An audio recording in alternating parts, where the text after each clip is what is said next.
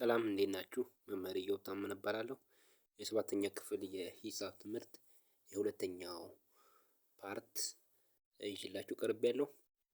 እዚህ ላይ እንደሚያሳየው የዛሬ ትምህርታችን 1.2 የስብስብ አይነቶች ናቸው።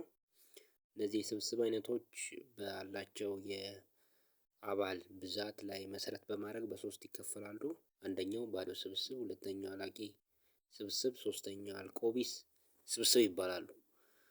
አንደኛው ባዶ ስብስብ የሚባሉት በስብስብ ውስጥ ምንም አይነት የአባል ብዛት የሌለው ከሆነ ባዶ ስብስብ ይባላል ነው። ሁለተኛው ደግሞ አላቂ ስብስብ የሚባለው ደግሞ በስብስብ ውስጥ ወይም በክምችት ውስጥ የአባል ብዛቱ የተወሰነ የሚታወቅ ከሆነ እሱ አልቆቢስ ተቃራኒ የሆነ አላቂ ስብስብ ይባላል ማለት ነው። ሶስተኛው የመጨረሻው አልቆቢስ ስብስብ የሚባለው የማያልቅ አባላቸው በስብስብ ውስጥ የሚገኙ አባላት ተቆጥረው ሊደረስበት የማይችል ከሆነ እሱ አልቆቢስ ስብስብ ይባላል ነው። አልቆቢስ ስብስቦች ከሌሎቹ ለየት የሚያደርጋቸው ምንድነው? በውስጣቸው አባል አላቸው ግን የአባልነት መጠናቸው ይሄን ያህል ልንላቸው አንችልም። በተጨማሪ እነዚህ ሶስቱን በምሳሌ እናያለን። የመጀመሪያው ባዶ ስብስብ እንግዲህ ባዶ ስብስብ ነው። ስብስብ ሆኖ ግን በዛ ስብስብ ውስጥ የአባል ብዛት የሌለው ከሆነ እሱ ባዶ ስብስብ ይባላል። ባዶ ስብስብ እንደምታውቁት እንግዲህ ለማንኛውም ስብስብ ንዑስ ስብስብ ነው። አንዱ የንዑስ ስብስብ አባል ነው። እነዚህ ንዑስ ስብስብ የሚባሉትን በሚቀጥለው ፓርት አብረን እናያለን።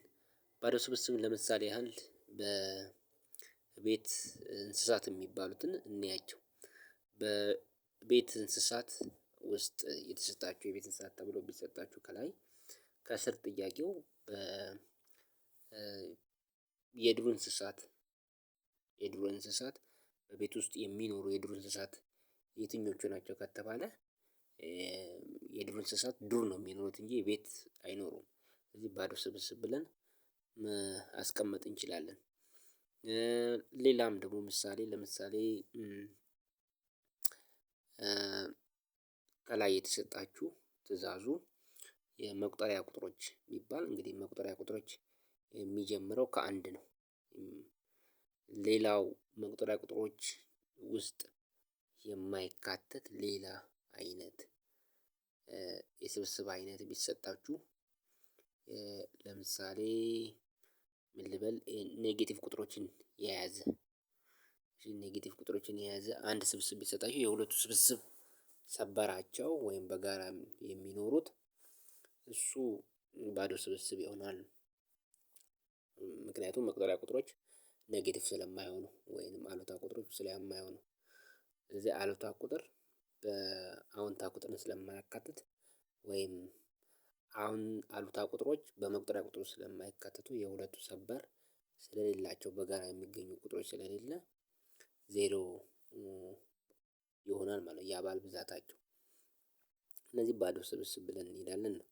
ሁለተኛው አላቂ ስብስብ የሚባሉት ጅማሮ እና መጨረሻ ያላቸው መነሻና መጨረሻ ያላቸው የስብስብ አይነቶች ናቸው። ለምሳሌ እዚህ ጋር የተሰጣችሁ ከስድስት እስከ ሰባት መካከል የሚገኙ መቁጠሪያ ቁጥሮች ስብስብ ነው የሚለው እነዚህ ይታወቃሉ። ከስድስት እስከ ሰባት የመቁጠሪያ ቁጥሮች ስድስት እና ሰባት መካከል ነው ግን የሚለው እዚህ የመቁጠሪያ ቁጥር የሚባሉት ምን አይነት ናቸው? እነሱን አንድ ላይ ያካተተ ከስድስት እስከ ሰባት ድረስ ያሉትን ስለሆኑ አልቆቢስ ስብስብ የሚባለው ደግሞ የአላቂ ስብስብ ተቃራኒ ነው። ቅድም እንዳልኳችሁ መነሻ ነው ያለው ግን መድረሻ የሌለው ነው። ይሄን ይመስላል በሚቀጥለው ቪዲዮ የተሻለ በብላክ ቦርድ ላይ በቾክ በደንብ አብረን እየሰራን እንሄዳለን። ለአሁኑ ይቺ እንደ ኢንትሮዳክሽን እንድታዩልኝ ነው ያመጣኋት። የሚቀጥለው ላይ ንጥልጥል ስብስብ እነዚህ ሰበር ውሃድ የሚባሉትን ንዑስ ስብስብና ህገኛ ስብስብን እናያለን። አሁን አመሰግናለሁ።